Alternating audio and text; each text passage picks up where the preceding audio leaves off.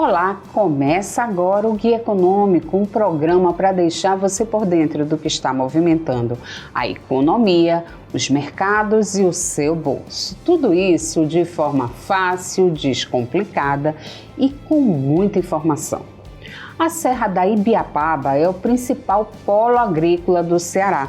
São Benedito, por exemplo, é o município que mais produziu batata doce no Brasil em 2024, com 107 mil toneladas colhidas. A floricultura é outro carro-chefe, com produção de mais de 5 milhões de vasos e 50 milhões de hastes anuais. Sobre as potencialidades da região, a gente conversa agora com Carlos Matos, CEO da Salto Empresarial e idealizador do Coalizão Agro. O Guia Econômico começa agora.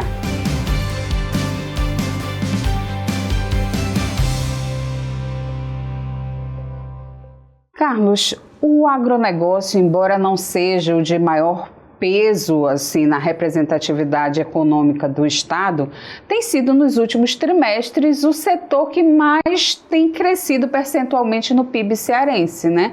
A que se deve esse resultado?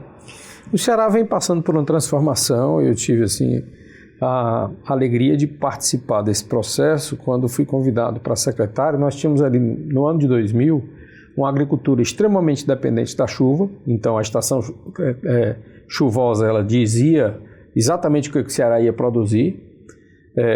As culturas de muito baixa renda, de baixo valor agregado, nós tínhamos o milho como líder, depois nós tínhamos o feijão e a mandioca.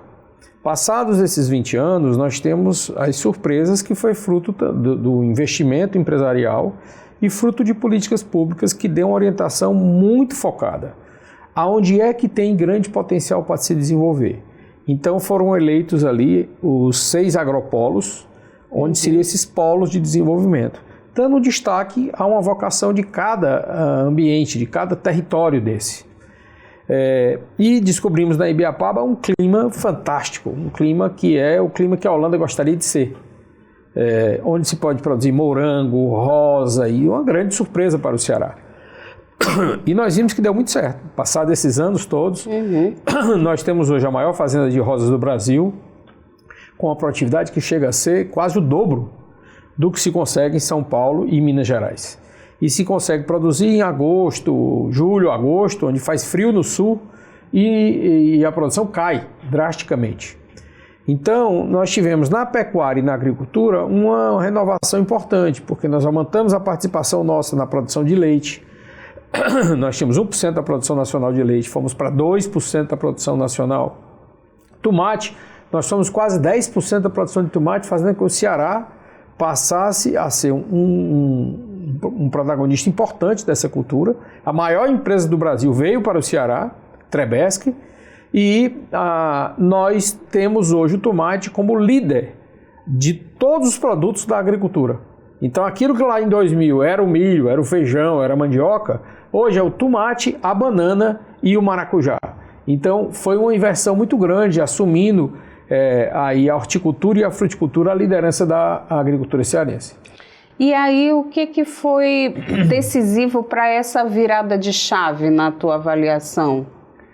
Eu acho que foram decisivos alguns fatores. Primeiro, o governo, na ocasião, criou o fundo de aval para permitir que houvesse um acesso a crédito mais facilitado para modernizar a produção.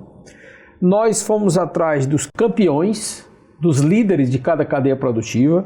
Nós trouxemos tanto técnicos como empresários melhores que haviam para a produção de melão.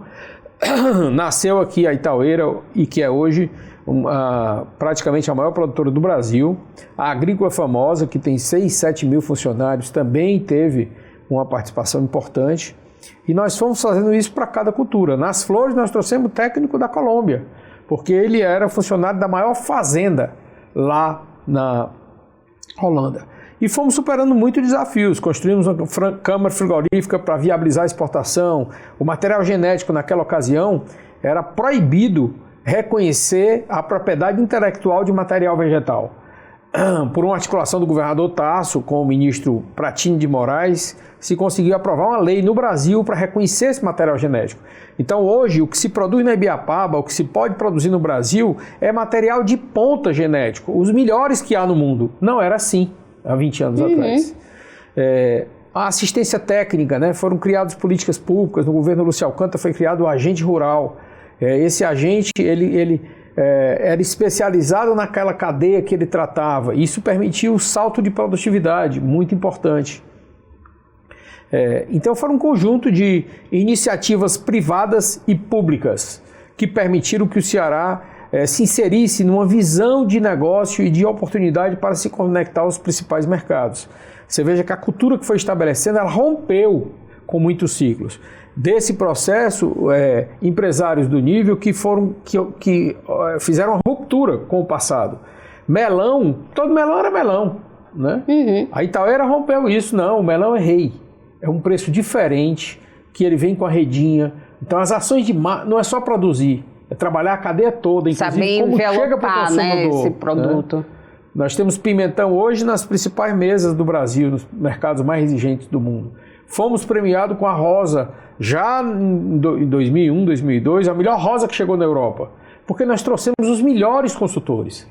Então eu acho que foi um processo que deu esse destaque para a agropecuária, e a cadeia toda, ele representa 20% da economia, quando a gente considera a área de serviços, revenda e tudo, não é pouco. Sim. Um setor que representa 20%, para você ter uma ideia, a indústria está em 15%, né? 18%, claro que nessa visão de agronegócio, a indústria também, a agroindústria entra, mas é uma participação expressiva. E acho que tudo só começou, nós temos potencial para muito mais. Quais são os desafios? Segurança hídrica, eu acho que isso foi viável também, esse avanço que você me perguntava. Eu ia perguntar qual é esse aprendizado que a gente teve. A gente veio de um ciclo de crise hídrica longo, e quais foram os aprendizados que o agro pegou desse período recente? Eu acho que nesses 20 anos tem muito aprendizado. Primeiro foi feita uma estrutura, um sistema de gestão que foi destaque para o Brasil, ainda é. O Ceará é destaque, com a criação da COGE, com a criação de toda uma modelagem, com o Banco Mundial participando e tudo, foi uma aposta grande.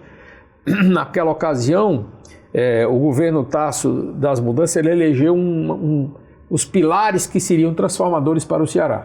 E viu que a água era um grande fator limitante. Então foi investido mais de US$1 bilhão. Nós saímos de 9 bilhões de reserva de água para 18 bilhões. Dobramos a capacidade.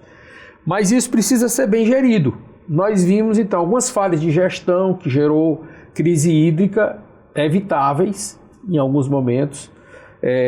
Por outro lado, nós vimos algumas crises que iriam acontecer e não aconteceram por conta da boa gestão. Vivemos algumas experiências interessantes, um projeto chamado Águas do Vale, com apoio da Agência Nacional de Águas, onde nós demos uma repriorização na água. Naquela ocasião, o Ceará estava produzindo muito arroz e desperdiça muita água. Então, nós proibimos o plantio de arroz no Ceará e indenizamos os produtores para que essa água fosse para a fruticultura, que estava nascendo na ocasião. Então, isso foi muito importante, foi um aprendizado. E agora eu acho que nós temos que pensar, tem novas possibilidades. A dessalinização da água do mar, o São Francisco, a gestão dos aquíferos. Então esse é um tema que nesse evento que nós vamos estar realizando do Coalizão Agro em Guaraciaba do Norte, dia 23 e 24, vai haver um painel onde se vai discutir segurança hídrica. Está vindo o professor Montovani, que ele tem um trabalho de cooperação com a Universidade Americana, da Universidade Federal de Viçosa, e fez um trabalho agora brilhante no sul da Bahia, onde triplicou a oferta hídrica a partir dos lençóis freáticos. A Serra da Ibiapaba tem esse desafio, a Chapada do Apodi também. Estarão participando os secretários de Recursos Hídricos para a gente criar uma nova agenda, para dar sustentação.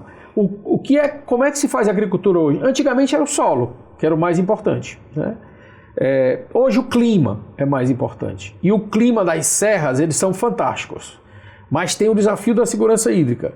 Se nós construirmos uma solução para a segurança hídrica, nós vamos estar com um novo potencial desbloqueado.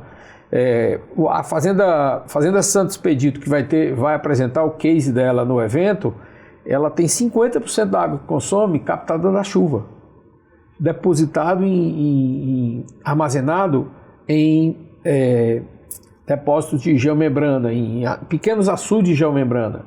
É uma tecnologia nova, importante para nós.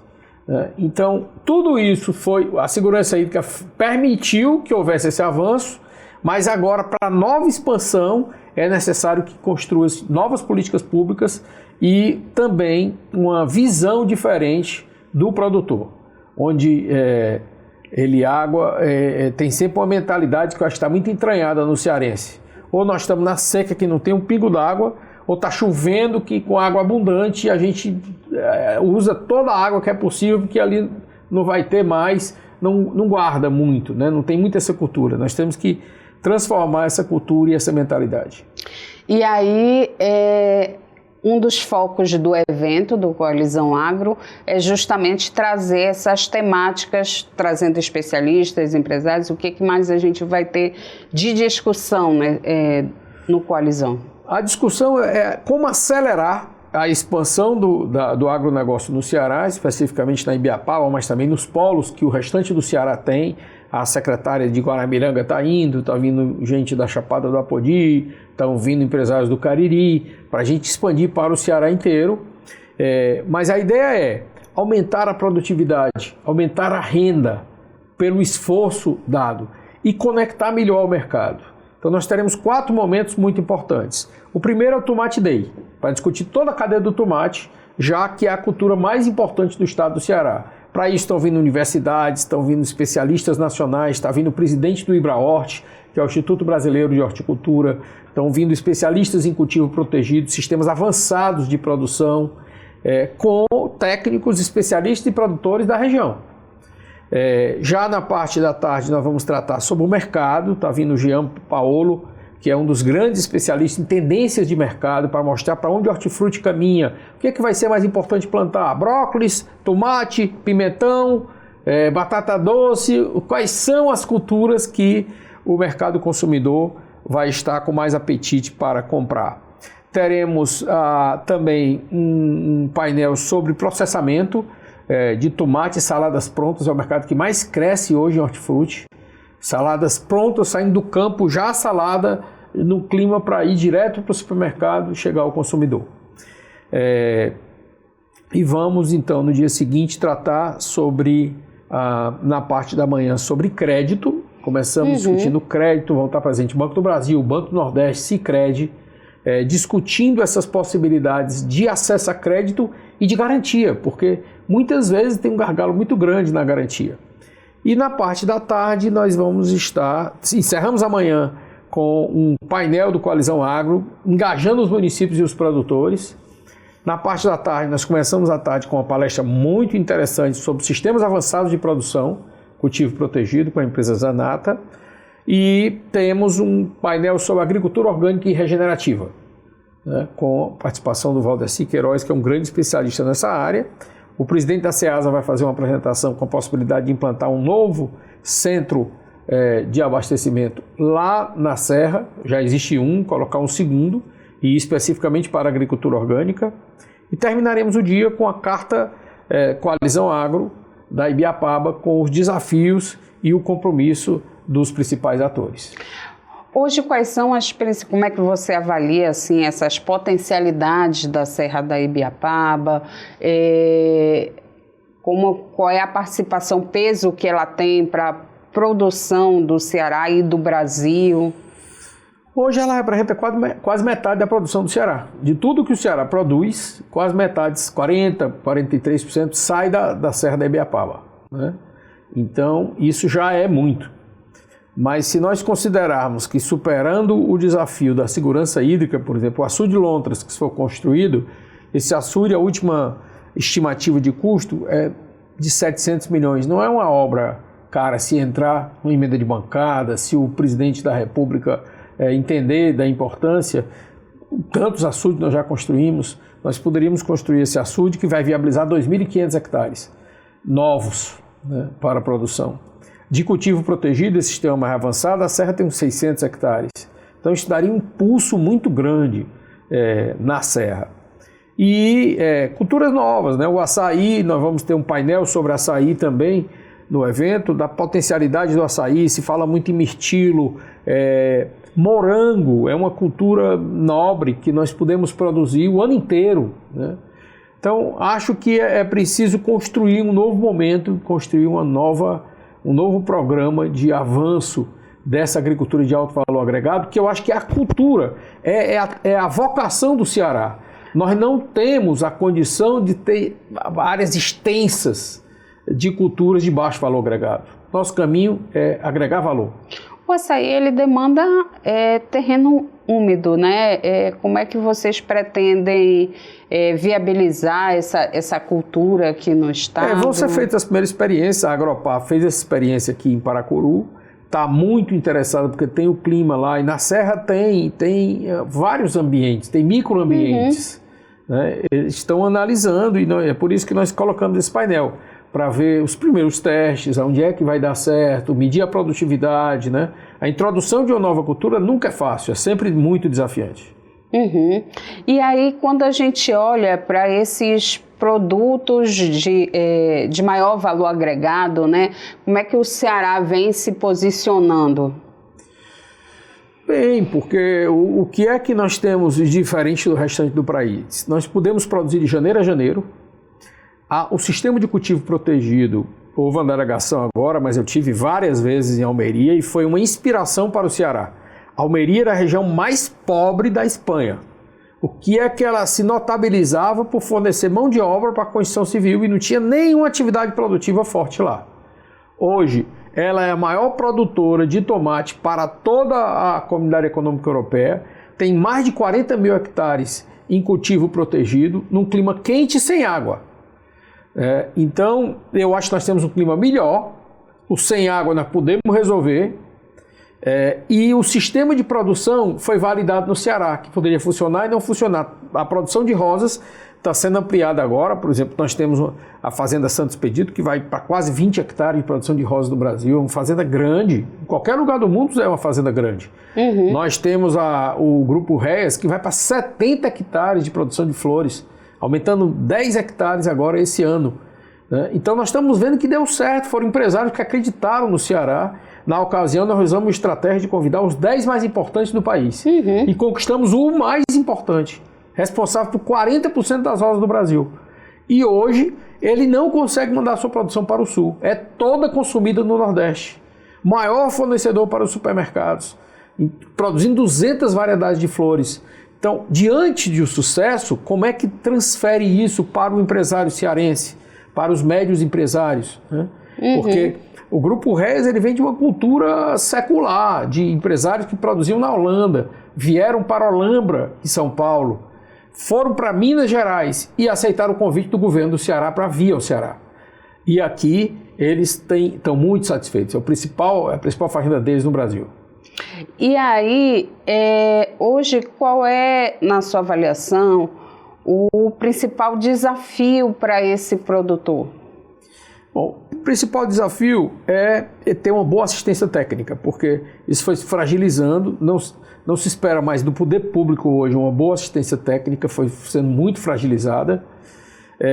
Existe uma assistência técnica que também, às vezes, tem muito um viés comercial, e a assistência técnica independente, ela não conseguiu se viabilizar porque o produtor nunca acha, ele não faz essa conta direito do que ele está perdendo e que seria um investimento essa assistência técnica para ele aumentar a produtividade, para ele produzir com melhor qualidade. Né? Então tem uma trava que precisa ser superada, a questão da inovação do campo, de chegar, inovação aplicada, assistência técnica lá na ponta. O acesso a crédito também é um desafio, porque tem muito problema de regularização fundiária, problema das terras, né? Os bancos ficaram muito ressabiados, houve muita inadimplência, né? Então houve uma geração Inclusive, recentemente foi lançado uns programas, né, para renegociação dos créditos rurais. Isso que foi bom acabou sendo um fator negativo, porque praticamente todo mundo é orientado a não pagar os bancos, porque vem um perdão, porque vão dispensar. E aí os bancos também não emprestam o mínimo possível, né? Ficam com medo de emprestar. Acho que hoje nós estamos vendo uma nova geração de empresários que vê que se não pagar o banco, ele não vai ter mais crédito, ele não vai poder expandir, ele rompe essa relação com o banco e é ruim, né? Então, por isso nós estamos trazendo os bancos para perto também, para eles entenderem que também, muitas vezes, eles também falharam. É só dar uma garantia real, ainda que o produtor seja o mais atrasado, produza como os índios, e ainda assim ele tem acesso a crédito. Não vai pagar. Então é preciso ver os pacotes tecnológicos que estão sendo usados, quais são, como é que está essa conexão, se está agregada a uma rede.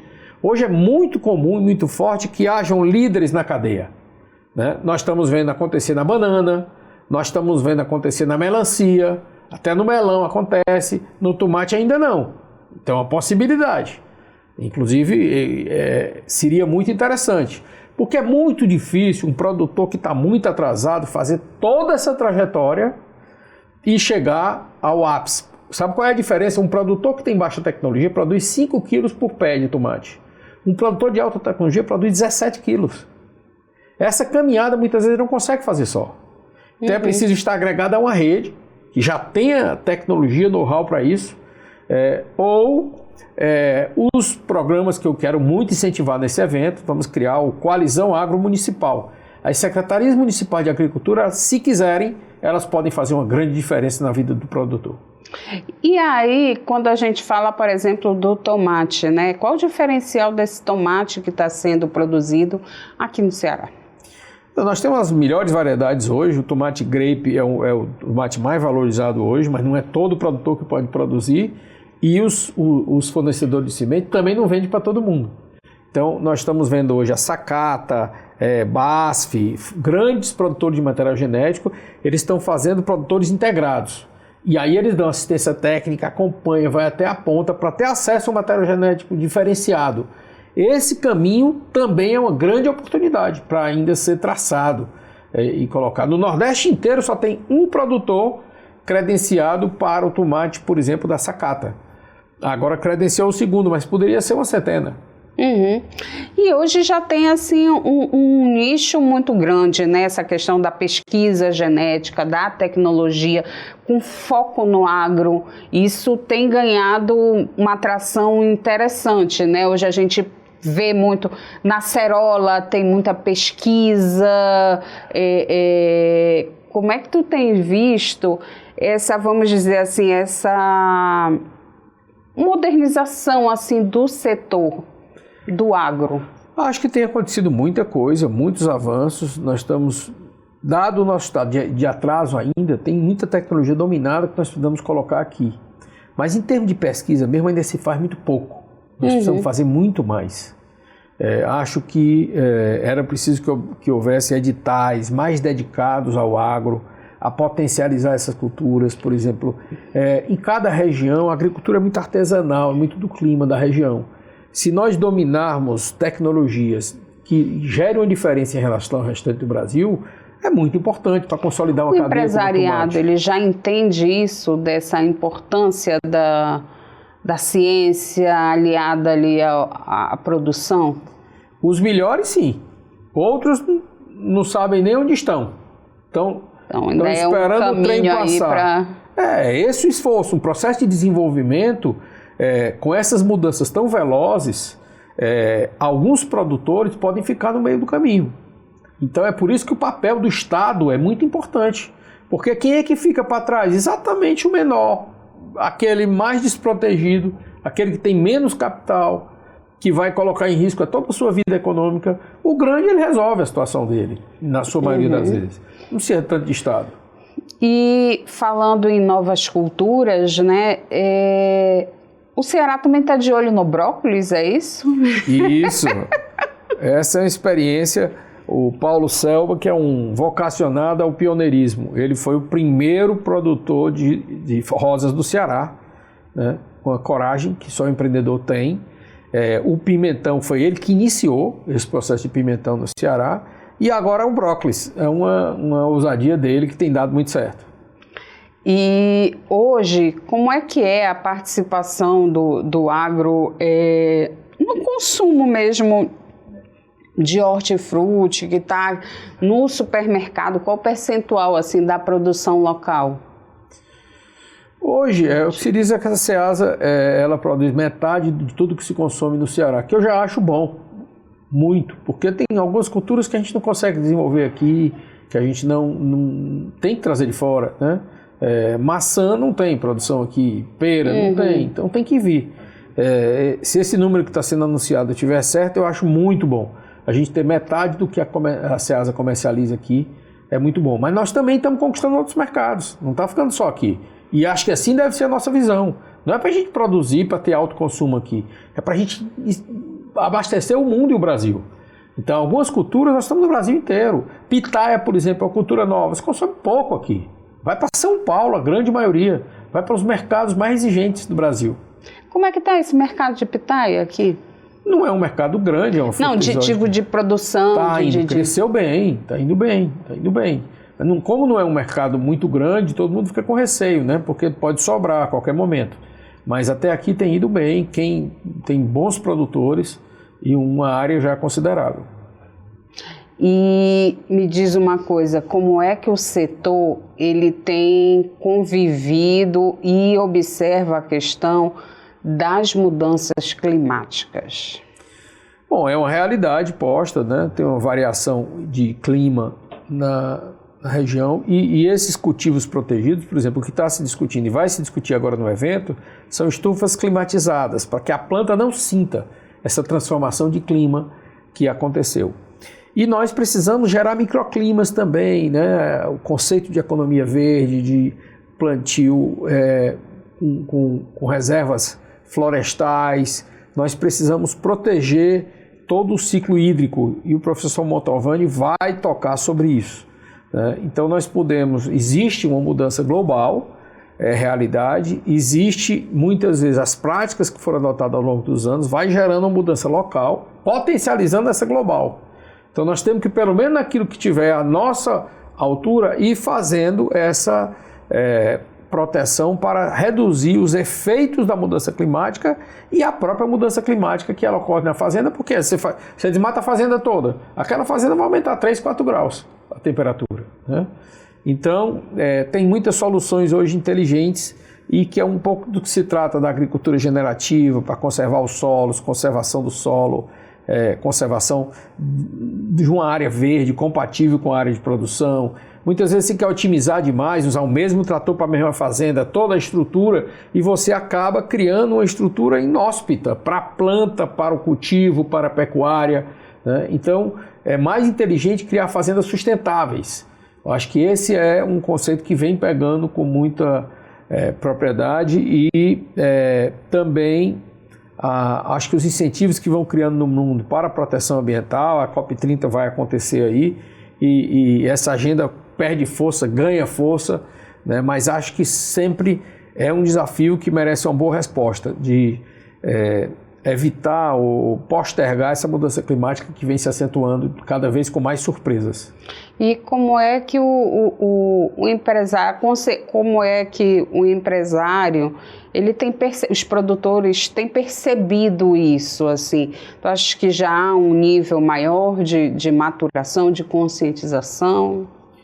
Não, até uma negação disso, muitas vezes, que não existe, isso é fantasia, não existe mudança climática, que é um exagero, que há muita burocratização, mas os produtores que estão mais avançados, hoje a rastreabilidade, muitas redes de supermercado globais e nacionais só compram se houver um protocolo de proteção ambiental, de proteção de ações para a mudança climática. Então vai forçando a mudança. Se não é por convencimento, é por necessidade de ficar vivo e no mercado.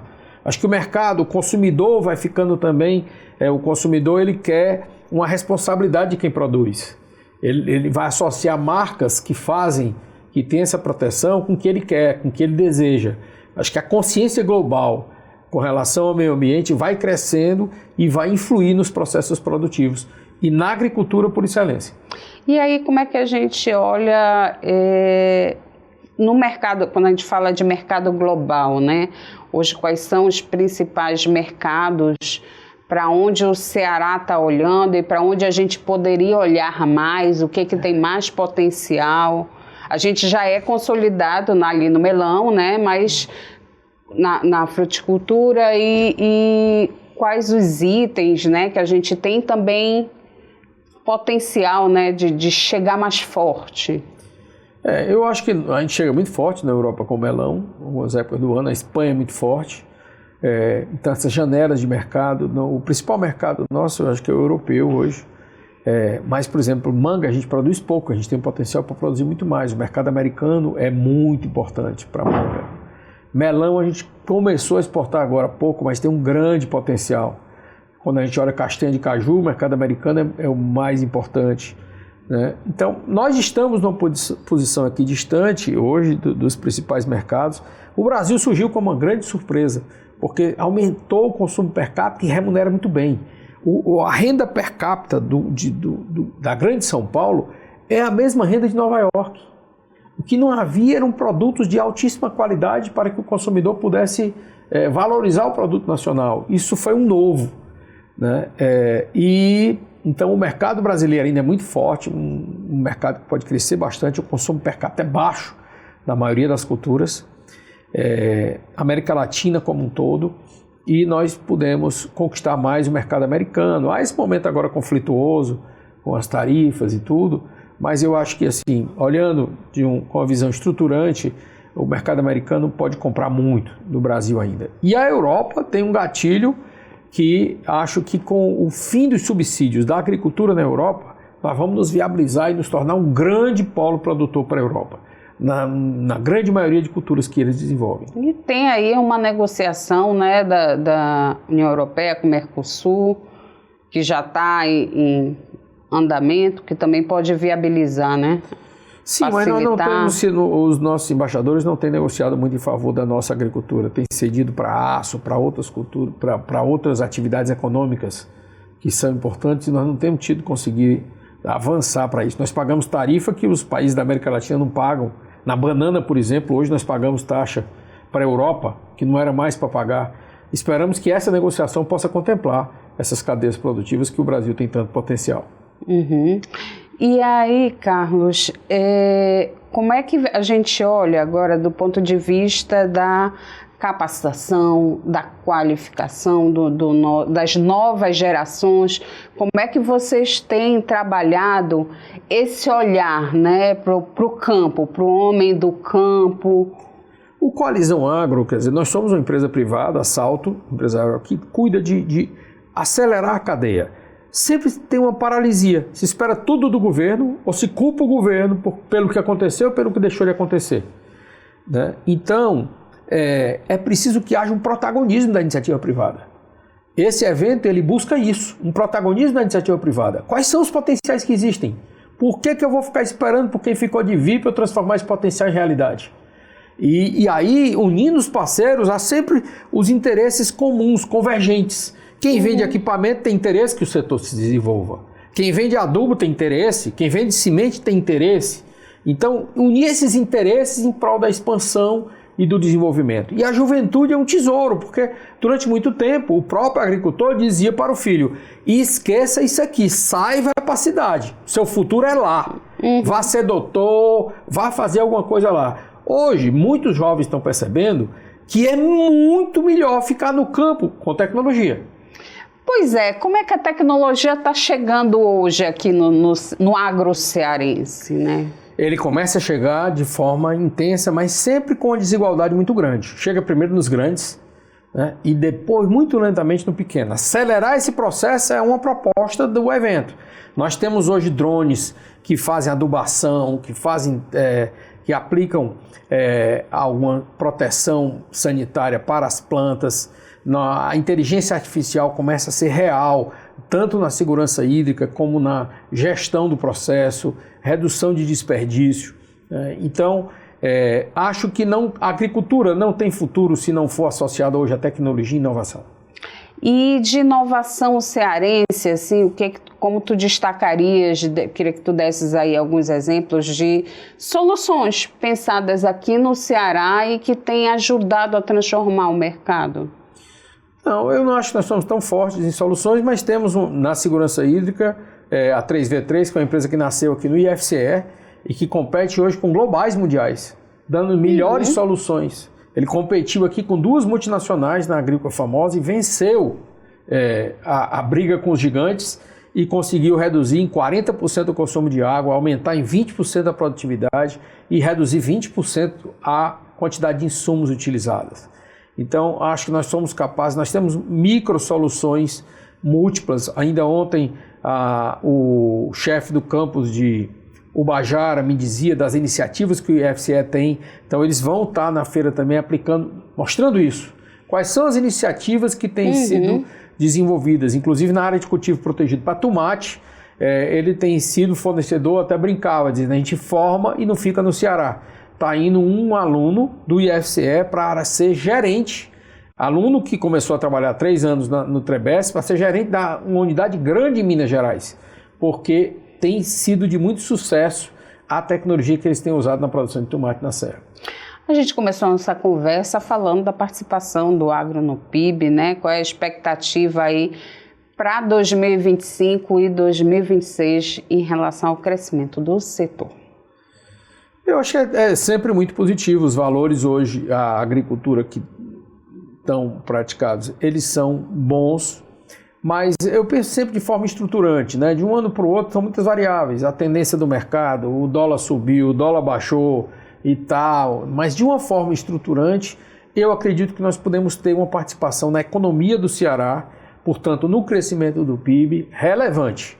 Para isso é preciso novas políticas públicas, é preciso que se faça um novo esforço, se avance numa mentalidade mais moderna para o campo, para fazer desabrochar esses grandes polos, esses grandes potenciais que existem ainda a ser desbravados. E quando a gente fala da industrialização do agro aqui, como é que está isso? Esse é um novo, quer dizer, o segmento de processados no mundo é um dos que mais crescem. Nós vamos ter aí o Paulo Skin Cariol. Ele é muito interessante porque ele é sucessor da cerveja Skin Cariol. Eles venderam a empresa e ele foi se perguntar o que ele ia fazer na vida. E quando ele viu que as pessoas hoje moram só, que não tem como quem vá no supermercado comprar, chega em casa, cortar o abacaxi, cortar a fruta, ou então tem que comprar o abacaxi inteiro, que vai estragar a metade. Então, o saladas prontas, essa unidade de processados é um mundo e está começando.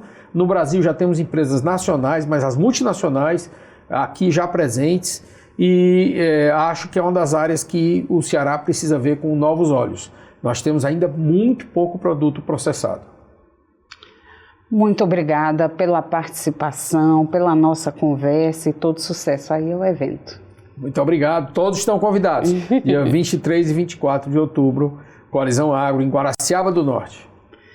O Guia Econômico de hoje fica por aqui. A gente conversou com Carlos Matos, CEO da Salto Empresarial e idealizador do Coalizão Agro. Até a próxima semana.